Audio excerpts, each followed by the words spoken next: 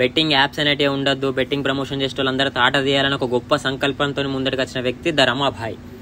అయితే ఆయన ఇట్లా ముందడికి పోయే క్రమంలో ఇద్దరు వ్యక్తుల గురించి ఘోరంగా గొప్పగా ఎలివేషన్లు ఇచ్చిండు. వాళ్ళిద్దరి గురించి నీకు చెప్తున్నా రమాభాయ్ ఇను. అందులో ఫస్ట్ నాన్ వెజ్ క్యాండిడేట్. ఒకసారి ఆయన ఒక వీడియో పెట్టిండు.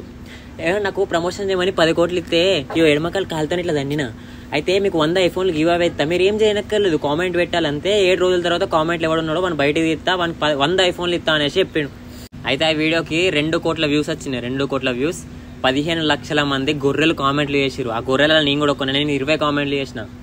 7 రోజుల తర్వాత వీడియో పెట్టిండు. ఇది తీసుడు బాగా కష్టం ఉన్నది, 100 ఐఫోన్లు గివ్ అవే ఇచ్చుడు కష్టం ఉందని వీడియో పెట్టిండు. మిగతా వాళ్ళు బెట్టింగ్ యాప్లు 10-20 వీడియోలు చేసి మోసం చేస్తే వీడు ఒకటే వీడియోలో 2 కోట్ల మందిని మోసం చేసిండు. నువ్వు వానికి ఎలివేషన్లు ఇస్తున్నావు బంచో.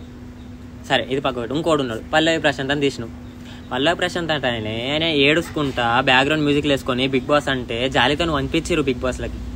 పంపించిన తర్వాత అందులోపట పాపం ఒక్కని కార్నర్ చేసి ఆడుకుంటుర్రని వాడిని సపోర్ట్ చేసి గెలిపించారు. గెలిపించిన క్యాండిడేట్ బయటకు వచ్చినాక ఏం చేసిండు తెలుసా? ఒక సుమో ఎక్కిండు మంచిగా. ఏ బిడ్డ ఇది నా అడ్డ అని డ్యాన్స్లు వేసుకుంటా, మీసాలు తిప్పుకుంటా, తొడలు కట్టుకుంటా మంచిగా హైదరాబాద్ మొత్తం తిరిగిండు. ఇప్పటివరకు ఎవరు చేయలే, పాపం చేసిండు. కామన్ మ్యాన్ కదా, విన్ అయ్యండి అని సంతోషం చేసిండు అనుకున్నాను. అది పక్కకు పెడదాం. ప్రైజ్ మనీ మొత్తాన్ని నేను రైతులకు వంచుతా, అది వంచుతా, ఇది వంచుతా అని చెప్పిండు. మా అయితే చిన్న హెల్ప్ చేసిన 2-3 అవి నేను కూడా చేసిన. నేను మా ఇంటికి వృద్ధాశ్రమంలో, ఇక్కడ చిల్డ్రన్స్కి, ఇంకా అనాథాశ్రమాలకి మస్తు వంచిన నేను కూడా, అది వేరే విషయం. నువ్వు ప్రైజ్ మనీ ఇస్తా అన్న వీడియోలు ఏవి నాకైతే ఒక్కటి కూడా కనిపించలే. సరే అది పక్కకు పెడదాం.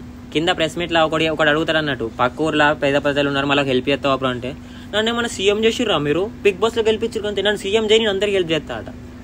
ఇండైరెక్ట్గా ఏం చేసింది తెలుసా? 2 తెలుగు రాష్ట్ర పదాలని ఎరిపుకులం చేసిండు. వానికి నువ్వు సపోర్ట్ చేసి ఎలివెన్షన్ ఇస్తున్నావు. అన్నా మనం వీళ్ళందరినీ నిర్మూలించాలి అన్నా నాకు నమ్మకూడదు చాలా అవుతున్నావు. ఏంది బ్రో ఇది?